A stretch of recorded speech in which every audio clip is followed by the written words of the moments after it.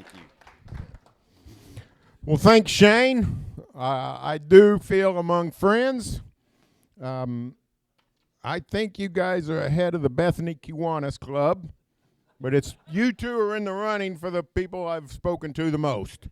It's somewhere in the teens. I don't know if we're to 20 yet, but definitely in the teens for both of you.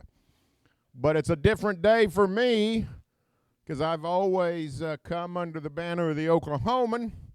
3 Mondays ago, I woke up, and for the first time since I was 17 years old, I didn't work for a newspaper anymore. It didn't really, people say, how's it feel? And I said, well, you know what, it really doesn't feel that different.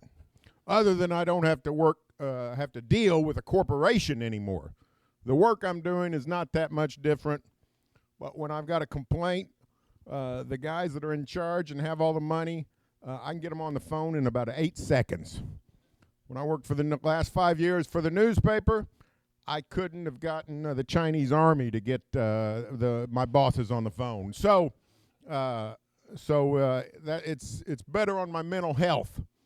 But it's also sort of exciting because I'm 62 years old, and I thought I would die on the job at the Oklahoman. I had no interest or desire to retire, but this opportunity came along, and everybody in here knows how the world has changed. And I thought at this point in time, if I'm going to do something different, this is the time to do it. And it's been just fantastic so far. We'll see how it goes. I could give you a bunch of numbers that don't mean anything to you because they don't even mean anything to me. But my bosses say they're fantastic. All kinds of, me and Kelly were talking. I don't know if you remember Ed Murray, longtime Channel 9 sportscaster, and then was a newscaster as well. His son is one of our co-founders, and when he starts talking about technology and the social media and how the world now works, he starts saying things that make my eyes glaze over. And he'll every once in a while use a word I can understand, like percentages. Other times he's talking about words that I don't know what they mean, like algorithms. But the initial information we have is that things are going great guns. And I'll tell you a little bit. It's called Sellout Crowd. Maybe some of you heard about it. You know, we got this what I would call reprehensible organization it's not an organization. It may just be one guy for all I know. It's a blog is what it is in Oklahoma City. I hadn't even thought of this until 2 seconds ago. It's called The Lost Ogle. I have no idea. I've never even asked why. You probably know, Kelly, why they call it The Lost Ogle. What do you mean met them? They're faceless, ghostless individuals. They don't put their name on the stuff they write, which means my respect for them is zilch. But some people in town think they're cool. I don't know why, but some of those people know stuff. And somebody, I think it was probably somebody I worked with at the Oklahoman, actually leaked it to the Lost Ogle that I was leaving. Because I gave the Oklahoman like 3 months notice that this was likely to happen. Then I gave them about 6 weeks notice that it was happening. We weren't going to announce it for a while, but the Lost Ogle got wind of it and said, Berry Tramel and Jenny Carlson are leaving. And that caused my people to sort of speed up the marketing campaign. And so I had to end up sort of writing about it. But anyway, the marketing campaign included billboards, which I see billboards. We all see 100 a day, maybe 1,000 a day. I probably passed 1,000 billboards on my way to Stillwater today. I never think one thing about them. But you know what? Turns out they still work. Part of our marketing campaign was a billboard that said, Berry Tramel is a sellout. And that's all it said. Now,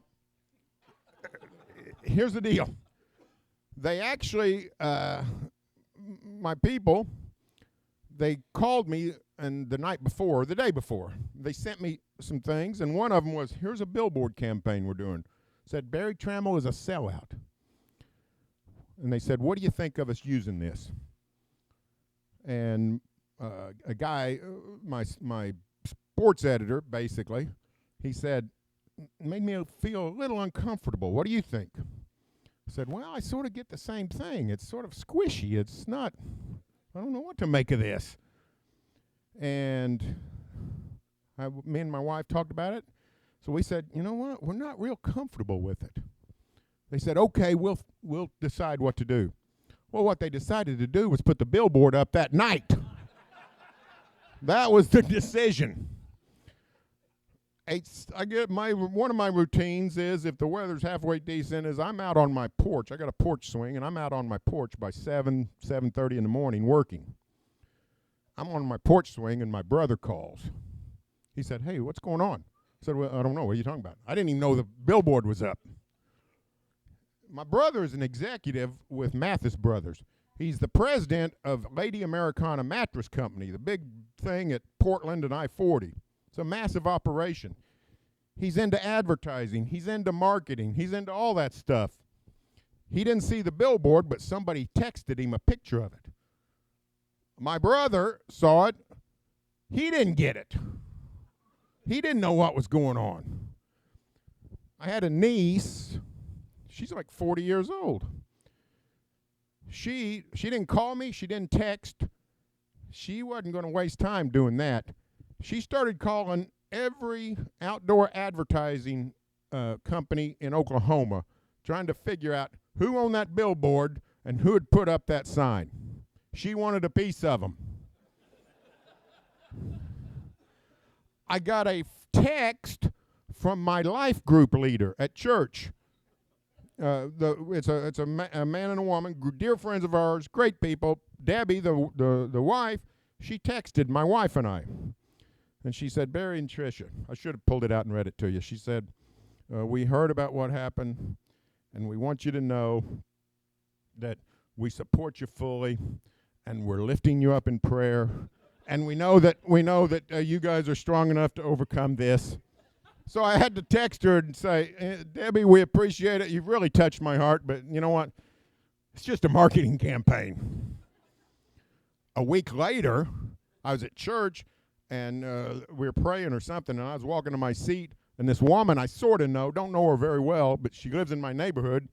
She stopped me. She grabbed my elbow, and she said, Barry, you've been on my heart. I've been thinking about this.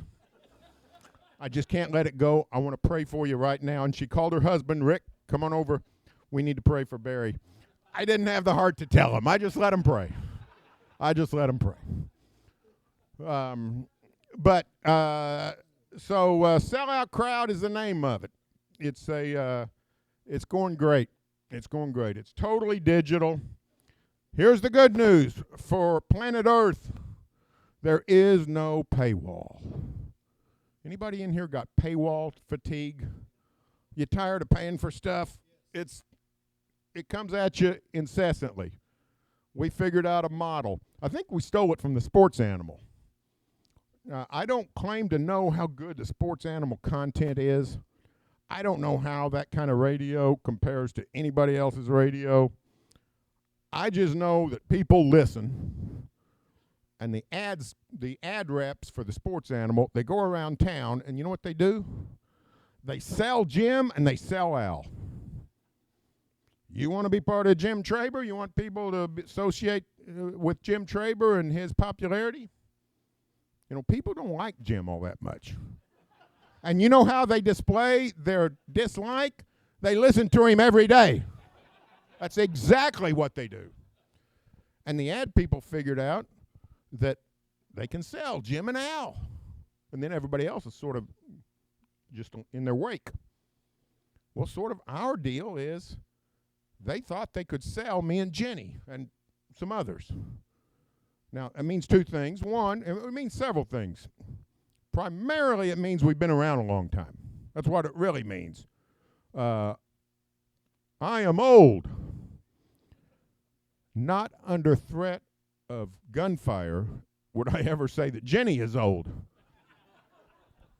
Would anybody want to guess how long she's been in town writing columns? 24 years. 24 years. Half her life. She came when she's 24. She's now 48. But we've been around a long time, and we have a pretty good name. We have a pretty good reputation. And somebody said, you know what?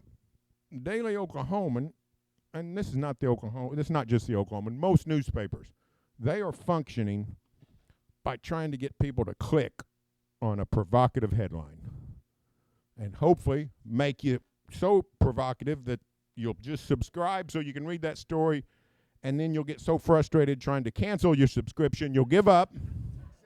That's exactly, yeah, I'm not making any of this up. They don't market people. And this company said, we're going to market people. So far, it's gone great. This is not the perfect story for a Stillwater crowd, but I'll share it anyway. The guy that put it together, who was Mike Kaler's his name. I hired him in 1999. I was sports editor for 3 years, and that's about as long as I could take it. I needed to get back to full-time writing. But in that time, I hired Mike Kaler, young guy from Muskogee, the Muskogee Phoenix, as my deputy sports editor. He was a terrible deputy sports editor. He spent all his time on this newfangled thing called the internet. Turns out he knew what he was doing on the internet. By 2009, he had left the Oklahoman and started his own social media company. So he's really smart on social media and all this kind of stuff, and he sort of speaks the language of Ed Murray's son. So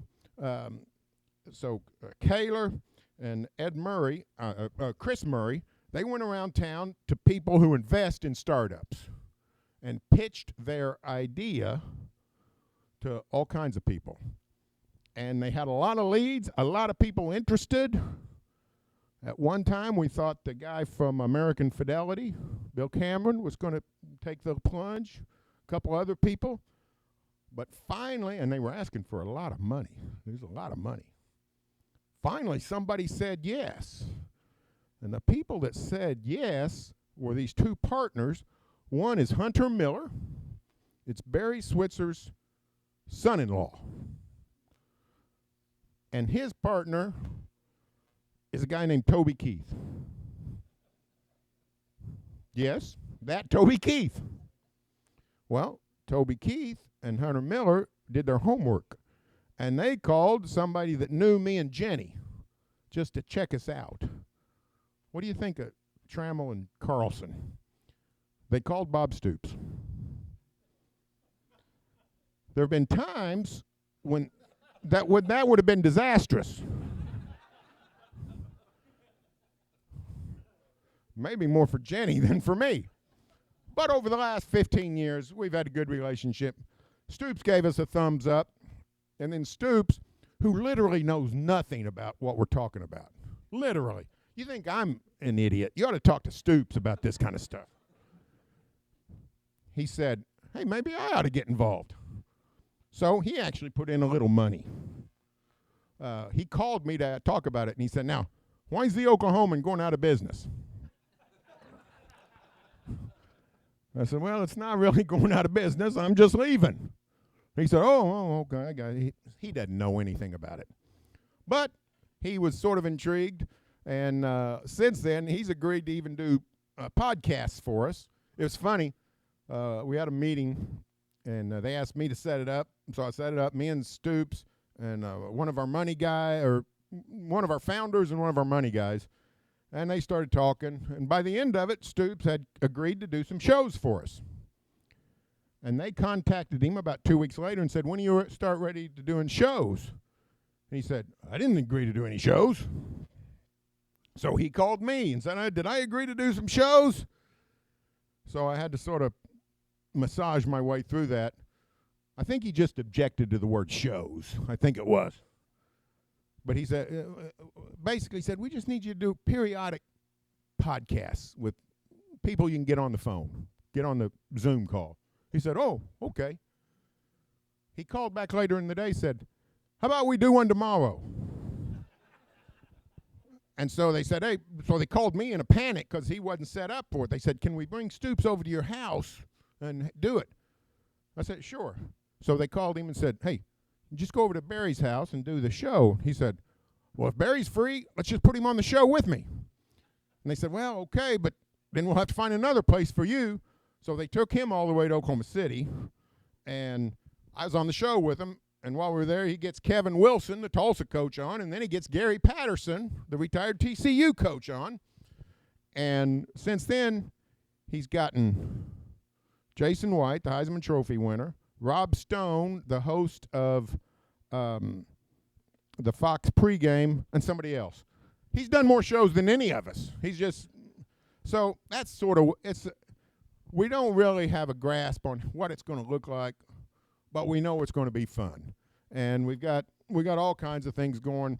For OSU, when we hired our staff, we ended up running out of money pretty quick. So we had to we got Garen Emick from the Tulsa World. If you're a Tulsa World reader, you remember Garen. Outstanding guy, outstanding writer. And the idiots at the World laid him off last December. Really? Oh, great day. Well, you know the content of Garen's character and quality. Just an absolute great writer and great person.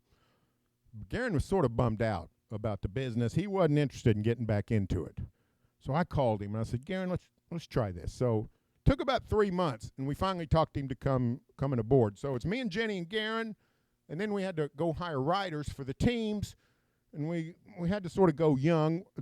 We got for OU, we got the guy from the Tulsa World, Eli Letterman, super guy. Covered OSU for a while, then started covering OU, 24, 25-year-old. Only thing I have against him is he's a Missouri journalism graduate. If you know anything about journalism, the Mizzou crowd will drive you cuckoo.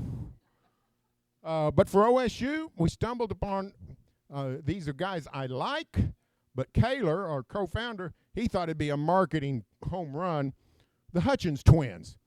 Sam and Ben, they graduated from the OSU J School in May. They're from Guthrie. They're identical twins. I've known them for 2 years, and just in the last 3 weeks, can I tell them apart? I literally figured out how to tell them apart. But they're super guys. So we got twins covering OSU.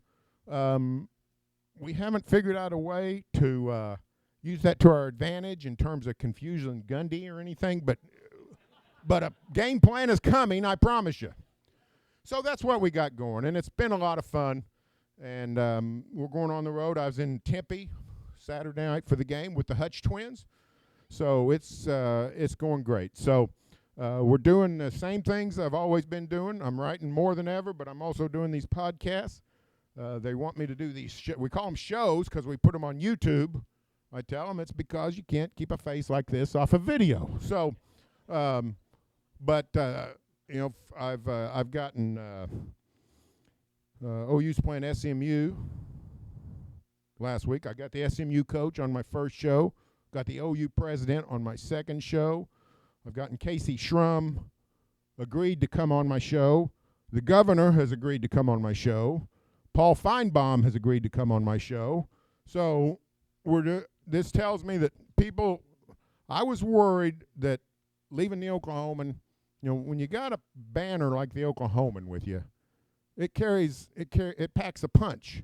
The 24-year-olds don't know anything about it.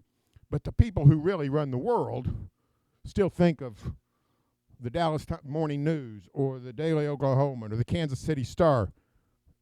They still think of that as a brand that means something. And I worried losing that brand, if that would mean I would have less access to people, might not have as many doors open. Been nothing like that at all. It's been fantastic. People have been great. In fact, Cincinnati, let's see, Sooners go up there next week, I think, right? Yeah, Sooners go to Cincinnati. The Cincinnati guy called me last week. Their athletic director, John Cunningham, does a weekly Zoom during football in which his biggest boosters, about 200 of his biggest boosters, they do a Zoom call in the morning, and they talk about the week and the celebration and all that stuff and what's going on with UC football. And he called me and said, John wants you to be on his Zoom show with him. So I'm actually going to be on the Cincinnati Zoom, not as a as the interviewer, but as the interviewee. So I got really enthused that the status that I'd worked so hard, so long to build up hasn't lessened. So that's been fantastic. So that's where we're at. That's enough of that. Usually we talk sports when I come here. Now, here's what I would say about OSU. I think any day now, I shouldn't say that, any Saturday now, we're going to find out who's going to quarterback the Cowboys. I am not like most people. Most people are outraged at what Gundy's doing. I think it's sort of cool. I think it's sort of interesting. Now, it's likely to end in disaster. It's likely to not work. But tell me something that was innovative and something that was forward thinking. You don't get there by doing what everybody's always done. Now, if Mason Rudolph was here, or Spencer Sanders was here, or Brandon Whedon was here, they would not be platooning 3 quarterbacks. Why are we pretending that he's just gone cuckoo and going to decide this? And I thought he asked one of the best questions Monday I've ever heard a coach ask when he said, hey, you tell me which one of these 3 guys has stood out. He told us back in August, they all look about the same to me.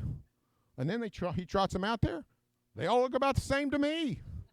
Gunner looked probably best against Central Arkansas that last couple of drives. But they've all looked about the same to me. So I'd support going one more game and seeing what happens. And I don't think it's disaster to keep doing it. Because the defense is sort of on its heels. They don't really know what's going on, what they're going to do. How could they know? OSU doesn't know what they're going to do. So I'm pretty encouraged about the OSU defense. I was worried. The transfer portal hurt them bad. Mason Cobb left. He didn't really bother me. He went to USC. I think he's perfect for USC. I thought Mason Cobb missed a lot of tackles. That's what they major in at USC these days. I don't think Trace Ford went to OU. I don't think OSU is going to miss Trace Ford. He's a nice player, but now Jabbar Muhammad, the cornerback, went to Washington. They're going to miss him. He was really good. You can't lose guys like that and it not affect you. But I think the OSU defense is going to be pretty good, and I think they can ride that while they're figuring out the offense. And I say the same thing about OSU that I say about OU, which is I have no idea how good they're going to be. I don't have any idea how good they are. But the schedule is so easy, they're going to win a bunch of games. They're going to win a bunch of games. The Big 12 did OSU a big solid. They did OU a big solid. They got easy schedules. The non-conference schedule's easy. And so Cowboys are going to win a bunch of games. They may not be as good as a fit team as what Gundy traditionally trots out there, but the win-loss record is not going to be too bad at all. So that's what I've seen so far. I'll be glad to answer any questions anybody has. And I think I've answered everything I could tell you about sellout crowd, but I decided, I think I might have told you the first time I came, I'm in the business of telling people everything I know. And when I ask people questions, I hope they'll just tell me the answer. So I'm not going to reverse that when it's the other direction. And people ask me a question, and I'm not going to answer. But I used to tell them, you sure could do me a favor if you didn't ask me anything about Mr. Edward Gaylord. That would be doing me a really solid favor. Well, we're not owned by any Edward Gaylords. So I'll tell anybody anything that I know, and I think I've proved that by coming to Stillwater and admitting that Toby Keith and Bob Stoops have put in some money. So anybody got any questions? Yes, sir. How good do you think Texas is really going to be this year? I got 2 things to say. I got the same thing to say about Texas that I say about Deion Sanders. I was a doubter. But it reaches a point where you can't doubt anymore. You go to Alabama and kick Alabama around, you're a fool if you say anything bad about them. Because they took it to them. it would be, you know what it'll be? It's going to be a total drag if the Longhorns win the Big 12 championship. It's going to be a total drag. But you know what? Sometimes life's a drag. So maybe Kansas will rally and take the trophy from them. So I think they're the real deal. Now, with that said, you guys know it as good as anybody. They got a quarterback who seems to be Superman when he's playing Alabama, and it's sort of mediocre when he's playing everybody else. That was terrible out here at Boone Pickens Stadium. That was one of the worst quarterbacking deals I ever saw. Maybe he's grown up, maybe he's great, or maybe he just gets fired up to play Nick Saban. I don't know. But the rest of the team, they're big time. They are. Yes, sir. Yeah, so you're a great storyteller, and last year I asked you, or whenever you were here last, to name a couple of memories you have of OSU. I remember you telling the story about being on an airplane with Eddie Sutton on the way back, and I thought that was a cool story, and then maybe something else that comes to mind. Well, here's a story. All right, here's a good one. I think of this every once in a while. You know, I haven't weighed in the last month, but I don't really fluctuate much. Every time I give blood, I weigh. They weigh me. I don't weigh. They weigh me. And I'm between 210 and 215. When I got married, I weighed 165 pounds. So I don't know where it all is, where that extra 50 pounds is, but I got a whole lot of clothes that I've had forever that I can still wear. And I got this old baseball sweatshirt. Back when I cared about baseball, I'd get me some baseball sweatshirts. And my wife would buy me cool stuff. And I got this old sort of an olive green sweatshirt. And I always remember it because the picture is of a batter at home plate with the catcher and the umpire. And I know it was a screwball thing because the catcher is left-handed. There are no left-handed catchers unless you're at a high school with like 11 guys and, the one guy can throw it to second base and he happens to be left-handed. So I wonder what story that picture is. And one day, I started at the Oklahoman in the December of 91, so this would have been 93 or 94. I came up here for I think it was a game, and it was in the post game, and if it was 94, you didn't win many, so I think it's probably a loss. And Pat Jones looked at that sweatshirt and said, "That's a cool sweatshirt. I like that sweatshirt." And it just reminds me of Pat and his great relationship with people. He's been around forever, and he makes everybody feel at home, even if he can be a little bit, on the saucy side of life. And I still got that sweatshirt, and I wore it the other day. And every time I put it on, I think of Pat Jones noticing my sweatshirt. For anybody to notice what I have on today, coaching-wise, I got to go way more gaudy than a green jacket, which I'm capable of. But that's a story. I always think of Pat and his relationship with the media. The coming up to practice and getting on a golf cart during practice. He'd drive you around, tell you all about the team. And there are no golf carts in my day these days, and there is no coach telling me what's going on with the team. So I miss Pat. Listen to him on the radio coming up here, but I sure miss him on the football field. Yes, sir. Enjoy your fine work with Traber and Al. Are there any stories you can tell about working with them that wouldn't get you in trouble? Yeah, here's the deal. Working with Al is pretty much a delight. Because when I was a kid, and some of y'all might remember this, Al was an icon in the 70s, literally almost 50 years ago. Because he was working for the rival paper, the Oklahoma Journal, and he was this cool character from New Jersey, had this crazy accent and wore this hat, and he would write unconventionally.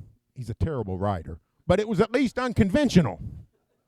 So when I was a kid, I'd read Al Eshbeck, and then I got to know him about 1980, and we've been friends for 40 years, and he's not anything like he is on the radio. He's actually normal when I'm on, mostly. When it's just him and Jim, he goes crazy. But that's a joy. I really enjoy that. working with Traber will totally wear you out. It'll just wear you out. Anybody listen yesterday to the Total Dominance Hour? Somehow, I don't know what this even came from. Lincoln Riley was on some podcast, and he told people that after he took the USC job and went to L.A. for the next week or 2 or 3, that his house got broke into, and that somebody got his 9-year-old daughter's cell phone number and was messing around with that, and So what he said on the podcast, I heard a little bit about it. Don't really care. Doesn't mean anything. But the radio was all worked up about it. And Traber comes on and says, he sort of gets me up to date on what's talking about and says something like, I have an impeccable source that none of that ever happened. So blah, blah, blah, blah, blah, blah. And then, Tram, what do you think? And I said, well, I got to say, I have no idea what happened. Don't claim to know what happened. And here's what I think about all that. Whatever I said, it wasn't very profound, but I was just trying to get us to where we talked about something that mattered. And Jim says, well, I'll be honest with you.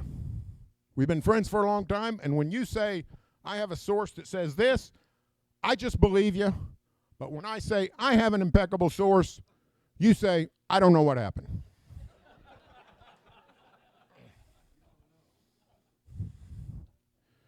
It's a good thing, I'm terrible at science. I don't know anything about it. I got through it because I took the earth science that I took was astronomy. So I have a slight idea of what's going on. And everything that we know about revolves around the sun. That's Jim Traber. He literally thinks he's the sun. He literally thinks the whole world is whatever you do, whatever you say, and he's a friend of mine, and I've delicately tried to tell him this.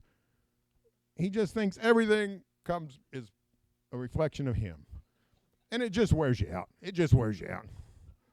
I told him, I came back on the air and I said, Jim, listen, if somebody says, you've been in New Hampshire, I would have to say, that is right. People can prove that I've been in New Hampshire, because I have been in New Hampshire. There's probably photos. There's documentation. But if somebody says, you've never been in North Dakota, how do you prove that? You can't prove a negative. So you tell me something never happened at Lincoln Riley's house. How do we know if nothing ever happened? You can't prove a negative. I said, that's all that was. Quit being so. I didn't use the word sensitive, because that would set him off. But that's the way it is. He's a carrier, and that's why he's so great on the radio. That's why we have to listen. Let me tell you what I'm doing from 2 to 4:40. If I'm in my car, I'm listening to Traber. Part of it's to be ready for what's coming at 4:40, but part of it's just because he's so dang entertaining. You got one? Right here. Do you think Deion Sanders' world is sustainable? I don't think it's sustainable at Colorado. One of two things was going to happen with Deion. He's either going to be a bust and he'd leave. They wouldn't have to fire him. He wasn't going to sit around and go 3-9 with Colorado. Or he's going to go 10-2, and he's going to get out of there. When I joked, Colorado beat TCU on opening day. 2 nights later, Florida State beat LSU. I said, Brian Kelly better be careful. LSU might fire Brian Kelly before Saturday and hire Deion Sanders to coach next week, because that's what kind of things they do down there. But I don't know if it's sustainable, but this goes back to Gundy playing 3 quarterbacks.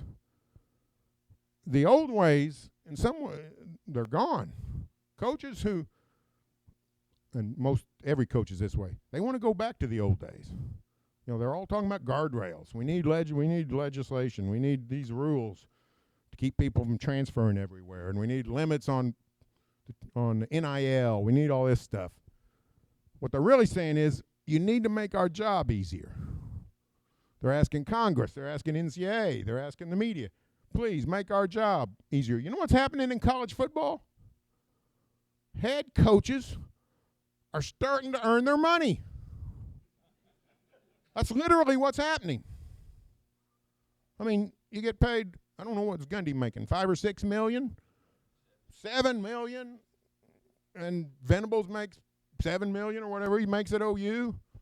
And in the past, a lot of this, especially if you're at a big-time job, a lot of it's just sort of cruising. You got to pay attention to your players now. Gundy's talked about this. You got to make decisions based on. They could decide just get up and go home. Be playing for Kansas State next year. Well, don't have to say Kansas State. You be playing at Washington, Jabbar Muhammad. USC, Mason Cobb. OU, Trace Ford. Notre Dame, our man Harper, Thomas Harper. The tackle went to BYU. The tailbacks at Baylor. Dominique Richardson, I didn't think he's all that good. He had 67 yards on 9 carries in the first half for Baylor against Utah.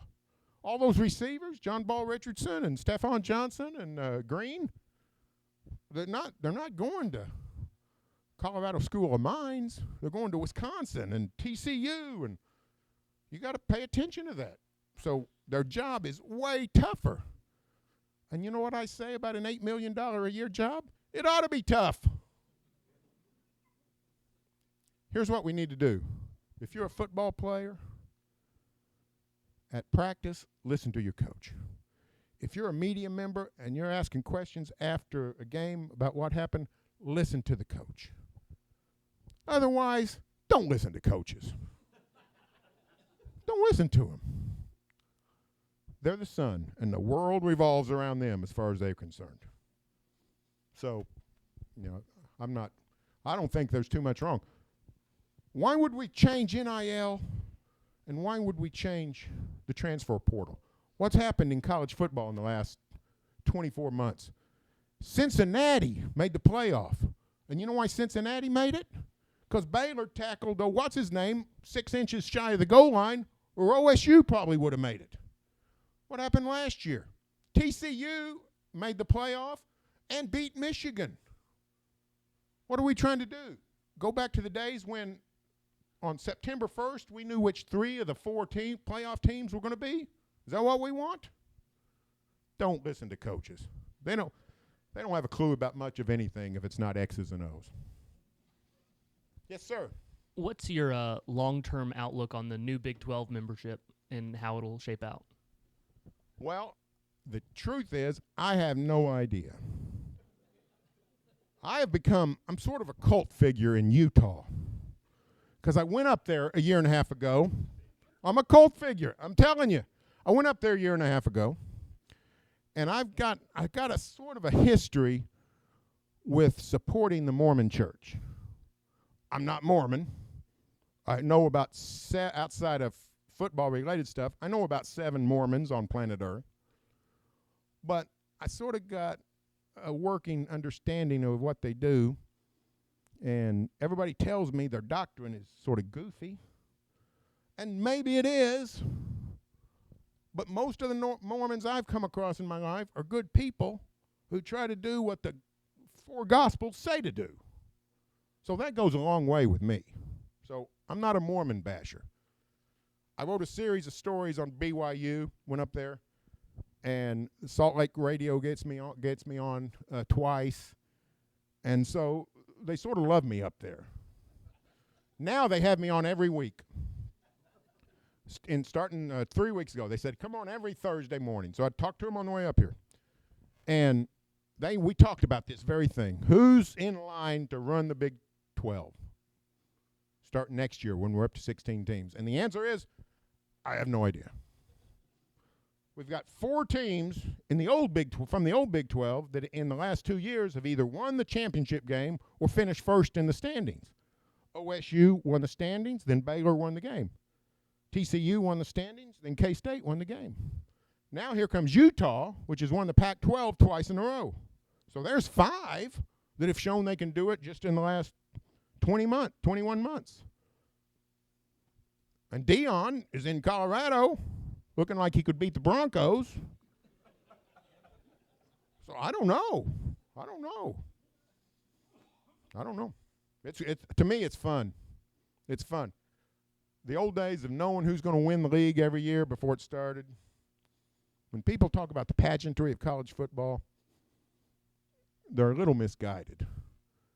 And, you know, this idea of everybody's playing 2 games that are automatic victories, I mean, it drives me nuts, the scheduling that goes on. Bedlam's not going to be played. Gundy likes to say it's, you know, OU's fault, and there's ways to argue that. But you know why OU and OSU aren't playing football? It's because both schools want to protect their 2 automatic wins every year. They want to play Central Arkansas and Arkansas State. They'll play anybody from Arkansas, Fort Smith, Northside. As long as it's not the Razorbacks, let's not play the Razorback. And if we play the Razorbacks, we sure can't play Oregon State. Oregon State owes OSU a game, remember? OSU went up there and played on that Friday night to open the 19th season. The next year we get COVID. That game gets canceled. Oregon State owes OSU a game. You got a Pac-12 team that owes you a game and it's going to come. Doesn't cost you anything. You know what OSU said? That's all right. We don't need you. They don't want to risk losing. OU used to schedule great. The schedule's, you know, gone to crap. Best team, SMU's the best team coming in this year. Last year, Nebraska's a good name opponent. They couldn't be Colorado School of the Mines, but it's got a name. It just drives me crazy. It did not used to be this way. It did not used to be this way. It used to be teams would be embarrassed to play somebody that was inferior. They would consider it immoral. They would consider it dishonorable. But now we just pretend like it's the way it ought to be. Is that it?